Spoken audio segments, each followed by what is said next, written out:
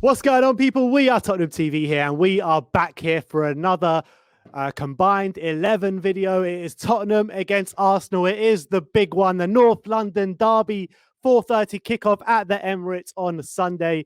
It is our chance to do the double over Arsenal for the first time since the first year of the Premier League, all that way back in 1992. Who I've got with me to do the combined 11, I've got the Freed. You might as well remember him the last couple of times he's come on the channel for the last couple of well, you haven't come on in a while, but Freed, how you doing? I'm good. How you doing, Ben? Yeah, I'm good. How you feeling coming into this game? Are you confident? I'm confident, but I'm just worried about our defensive mistakes at the moment. Not even defensive, just our keep on giving goals away every single game, and that's the one thing that worries me. Last night they scored from one of our mistakes. We made a few more mistakes. It didn't punish us. Maybe a lack of quality, but if we're doing that against you, then we're going to concede, and that's all. That's what's worrying me. It's a bit of a weird one because this season, like everyone keeps saying, it's been a very strange season. But when you cast your mind back to maybe a month ago or so, it was Spurs were the ones that were giving out the individual errors, giving out goals every game with players like Eric Dyer, Davinson Sanchez. Exactly. And now, You've had similar problems. yeah, and in that time, you were kind of keeping clean sheets. Your defense was shoring up a bit. And now it's kind of the flip side where we've shored up our defense a bit and you're kind of the ones giving away those individual errors. What do you put that down to? I think it's maybe some of our players are not used to the way Arteta spoke about the timing of this playing out from the back. Maybe we're just not getting it right. Lack of concentration in some players. They just go brain dead for like passing out. When they're passing out the back, not maybe the options aren't there, but it's something that we need to be working on. And Arteta's going to carry on going that way, and we just have to get it right. And if some of the personnel is not right for that kind of system, then he has to change it. Yeah. And let's say for Mikel Arteta, for his whole kind of tenure at Arsenal so far, are you happy with him?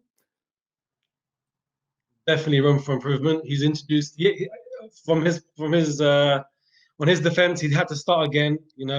A lot of he wanted. We changed the whole team behind the scenes on the pitch. So it's taking time for to get the players he wants, to get the players out he doesn't want. So I think we've had a bumpy ride, but I think at the end of it, so far, we had a very bad start to the season. But since the turn of the year, I can see that we've improved. And I think we're going in the right direction. We need to carry on building, getting in the players that he wants and the positions that we're lacking, and continue getting rid of a few deadwood players that we don't need. All right, well, let's get into this combined 11. I've been excited for this one. Come on, Ben. What formation shall we go for? 4-3-3, 4-2-3-1? 4-3-3. All right, let's go for a 4-3-3. So that means we're cutting out the number 10 role, pretty much. Yeah. Which we're actually both play. So I'm not sure why we're doing it, but we both got some good centre mids to put in there anyway. So let's get straight into it. Goalkeeper. So obviously Hugo Laurice against Leno. Who would you put in there? Very, very tight call. I think they've both been good, like over the past year or so. Laurice also, he hasn't made too many mistakes, but there are a lot of goals that you've conceded that he should have done better on. It's not like he's giving goals away. They're just getting beaten on his near post and so on. What I would say about Hugo Laurice is actually the first half of the season he was brilliant, pretty much flawless. Your defense was much like that. Yeah, but he was a big part of that, and he's become a lot more commanding from corners since Jose has come, and crossing as well. Yeah, he's a top keeper. He's one of the best in the league. But I think Leno's up there as well. But what I would say between those two, I would say Laurice is better than Leno right now, but Laurice's kind of powers are going that way when Leno is kind of like at the other end of his career. Yeah, that's true. But also like their weaknesses are a bit different. I think Laurice can play out the back. Leno isn't always so good at playing at the back. Weird one with Leno because his passing has really let you down recently. Recently, yeah, he's even before he got injured. When Martinez came in last season, he was really good. But before that, Leno as well, a bit on and off. So he's not. He can be good, but sometimes he just puts us in trouble. So that's for me, that's Leno's biggest weakness. Otherwise, his commanding, his shot stopping is top notch. I think lets him down sometimes is the playing out from the back.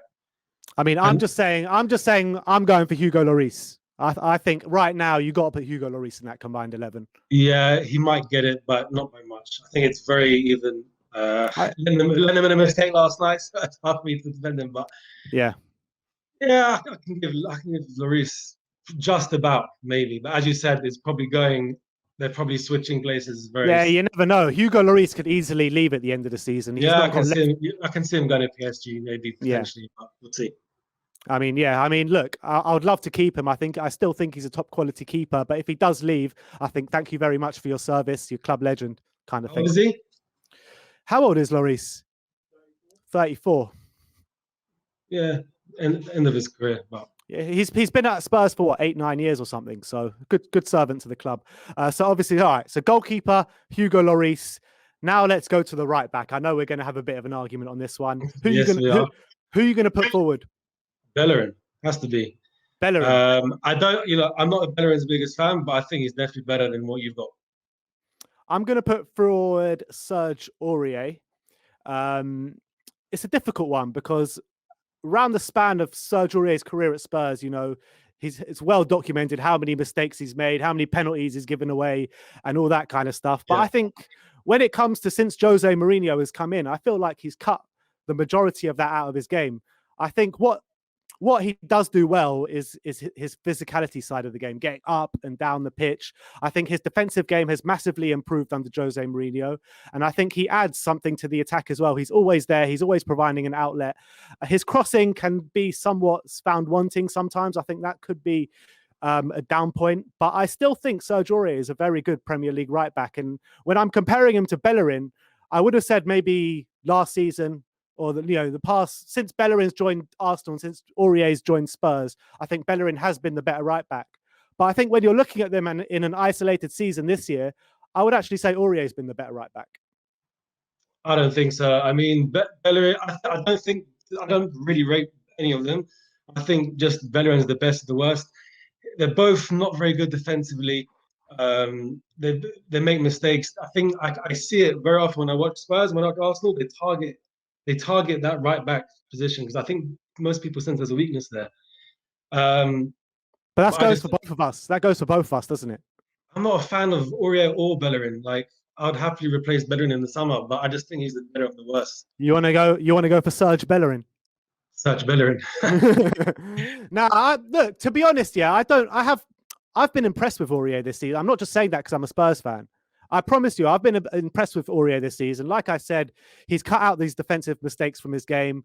Yeah. I think with Bellerin, and that's the down point you're giving on Serge Aurier, his defensive play of his game, which he's actually cut out majority. Also, of his crossing, it's not consistent. Like, he can put an amazing ball in Aurier, but sometimes it's like 1 in 5. Exactly, it's not consistent enough. Bellerin might be a little bit better in that sense. He does get some assists, but for me, it's Bellerin. Yeah, I mean, you're going Bellerin, I'm going Aurier. We're not going to give in, are we? Either of us. We're both stubborn bastards. So, what are we going to go for, Bellerin or Aurier? I mean, it's a Tottenham channel, so I'm obviously going to put Aurier forward, and I think Aurier has had the better season. Like I said, when you judge it overall, I think Bellerin has had a better time at Arsenal than Aurier has at Spurs. So it's a difficult one. It's a difficult one. It depends what you want to go. Are you going on the quality of the player? Are you going on how they've been throughout their whole season? Or are you just going on this season alone? It's a difficult one. If you're going on this season alone, you've got to go with Aurier. If you're going on their whole time at their clubs, I think you've got to go Bellerin. So maybe put either or. All right, we'll go for Serge Aurier. We'll go for Serge Aurier. Why not? We'll go for Serge Aurier. Left back, Kieran Tierney, brilliant left back against Sergio Reguilon, an even more brilliant left back. This is a tough one as well because they both had very good seasons. They both missed periods of the season as well. I think Reguilon's been injured as well for some parts. Yeah, he's been. Tierney was missing as well a little bit, so it's difficult. Tierney's very direct. He's like an old-fashioned kind of left wing back, if you like, up and down that left wing. Always, he's been our outlet recently as well. He's been getting. He's got a great ball in. Sometimes it goes to waste because some strikers are not there. But it's very difficult, and they're both quite good at defending as well. They're both fast. They're very similar players in many respects. But I have to go with Tierney. have to back my player.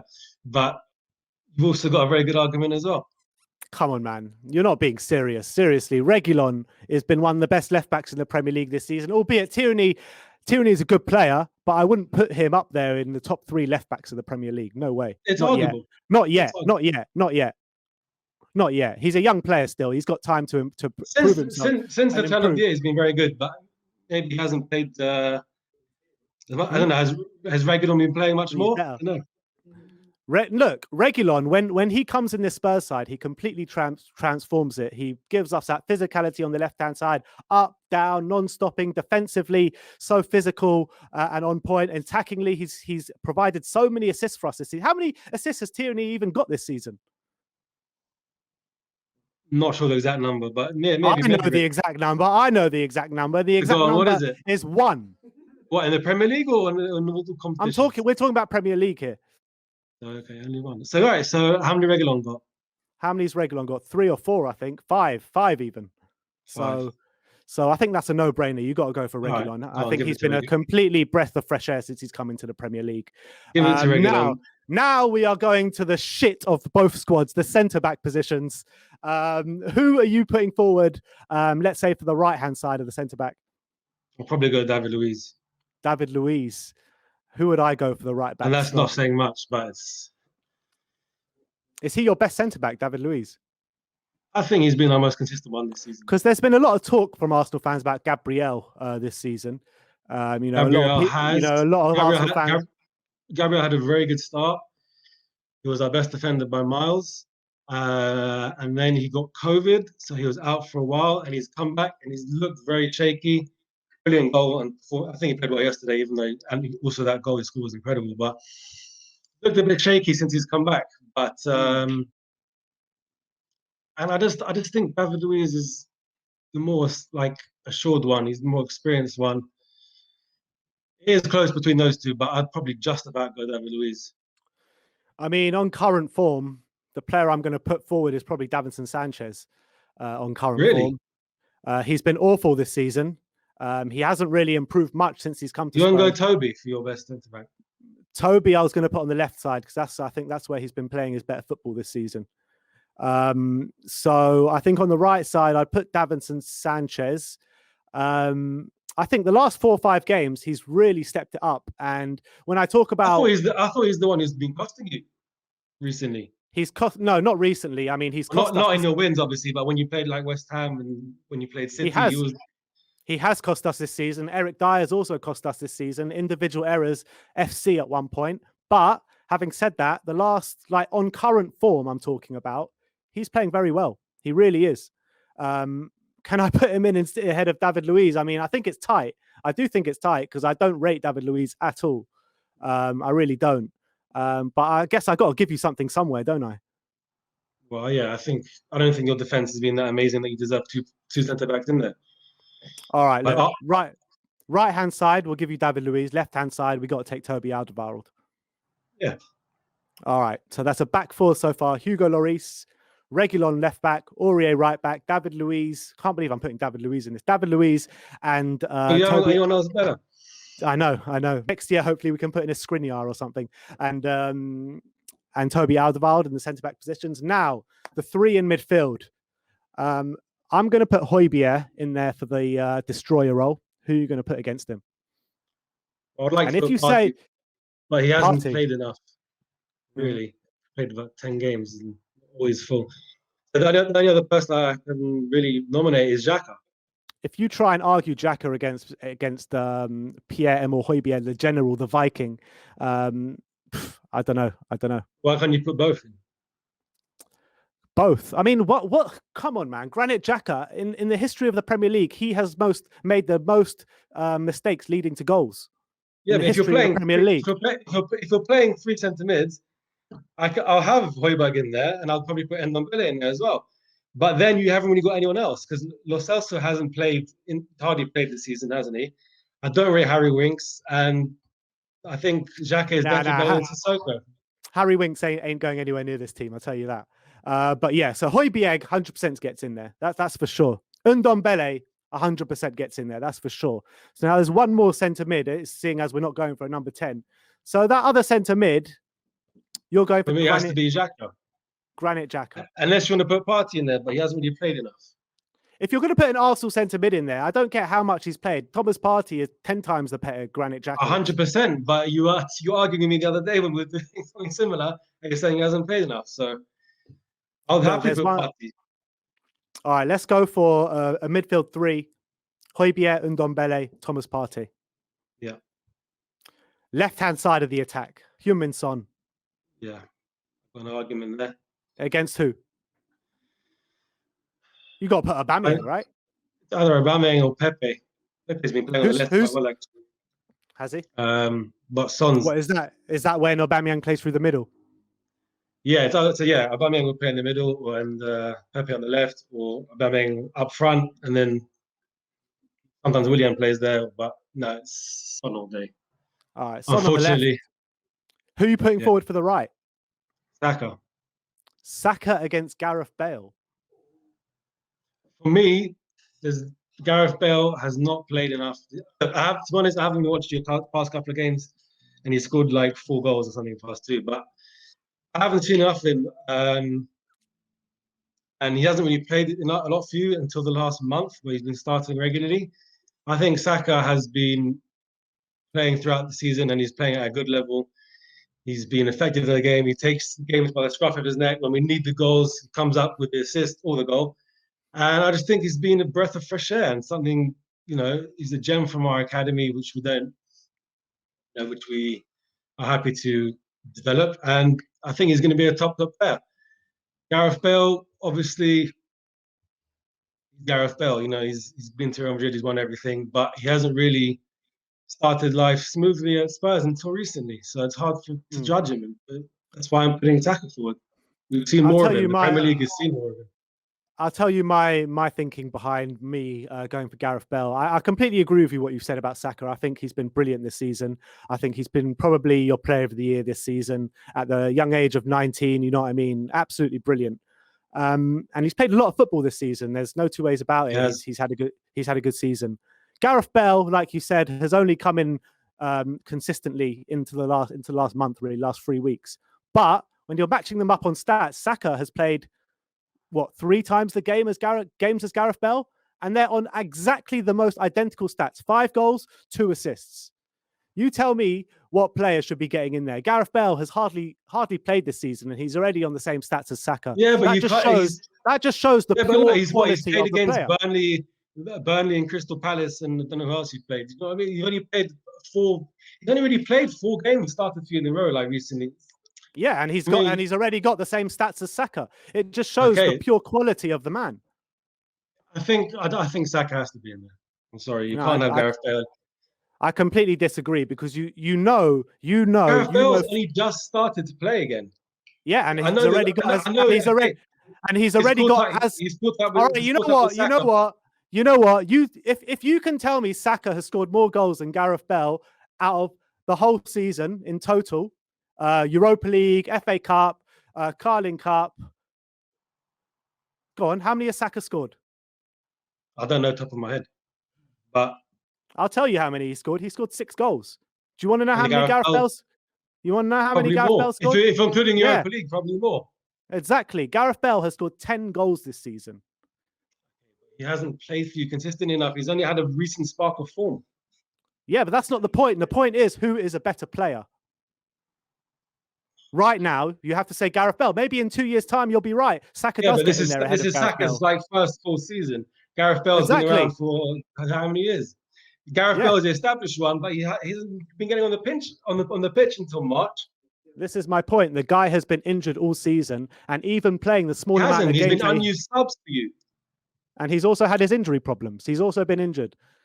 He's taken a while to get fit, which, you can argue that it's his fault. It's whoever's fault. This is not the point. The point is that he's in the team now. He is playing well. He's playing to a higher level than probably any right winger in the Premier League right now.